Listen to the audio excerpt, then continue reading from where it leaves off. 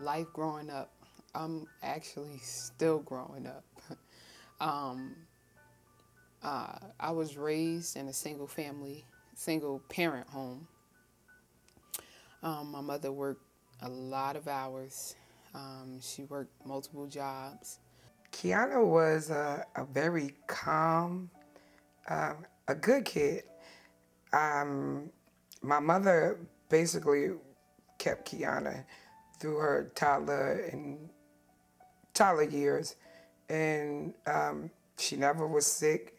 She was a good kid. I think my mom did a fairly good job by keeping things that I needed in my life, such as, good health, keeping me in good health, going to the doctor. She had a lot of help from her family members, my grandmother,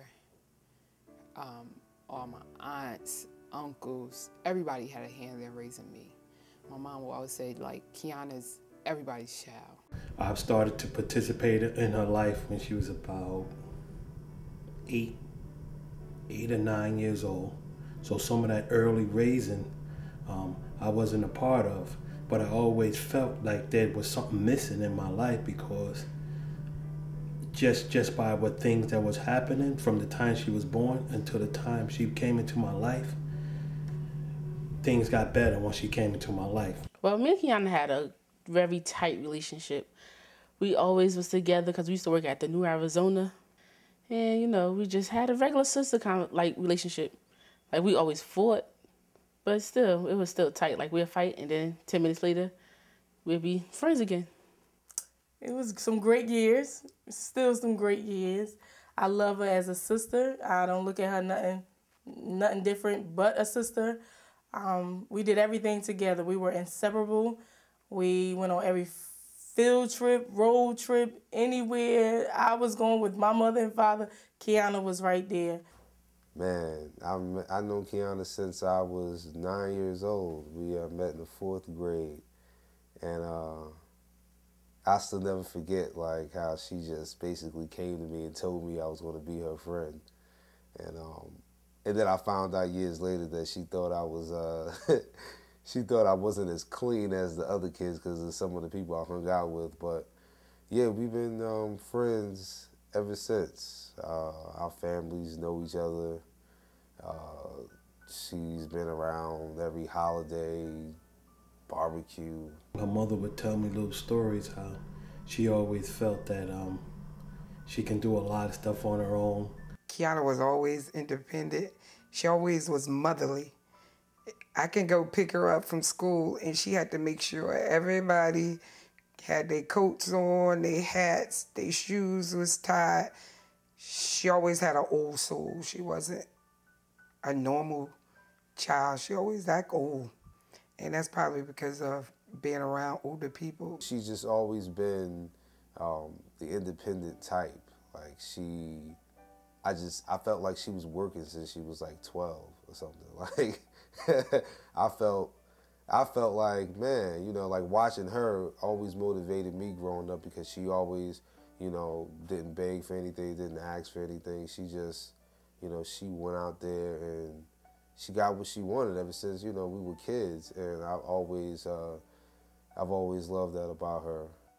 There's nothing you need done that she cannot do for you. Whenever you need a lended hand, she's always there for you. She never could say no to you. She's this Christian-like child. Like we were both brought up in the Christian home, and she continued with it. I came from a family of educators. My grandmother is a teacher. My mother's biological mother was a teacher. And education was just always important in my family. I wanted a different setting, so I moved from North Jersey to South Jersey, and went to the College of New Jersey. Basically, ended up graduating from college with a degree of special education, a minor in psychology. And at the college, I took a lot of courses in some of everything, a lot of math courses, biology. Just to get a feel of things. I was joining clubs and everything. So I didn't, just falling in love with the whole area. I just got my own apartment. decided to go to grad school, got a graduate assistantship during graduate school, and I realized I can, go ahead and start my career. I went to Willenboro High School, and I actually just went to apply for an internship so I can have my credits so I could graduate. So I said, why not go ahead and take a position, who can't beat $45,000 a year at the age of 22? I really would say I was a workaholic. I really didn't know who I was at the time. Started, working at Willenboro High School, first year as a teacher, and I was sort of nervous, but I fit right in because I had my substitute teaching experience from Trenton, and then I had my own classroom, probably about a resource class, about 2 periods out the day. So that was my life in the daytime. And then at night was school. And my professors were very understanding. They knew I had to work to pay the bills and be able to stay in school. And I would study on the weekends and write papers.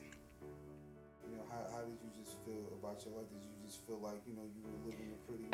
At that point in my life, I felt like I had it going on. I had my own place. Like, wow, my own place. Living in a nice neighborhood. Had a car. I was working on getting a house. And,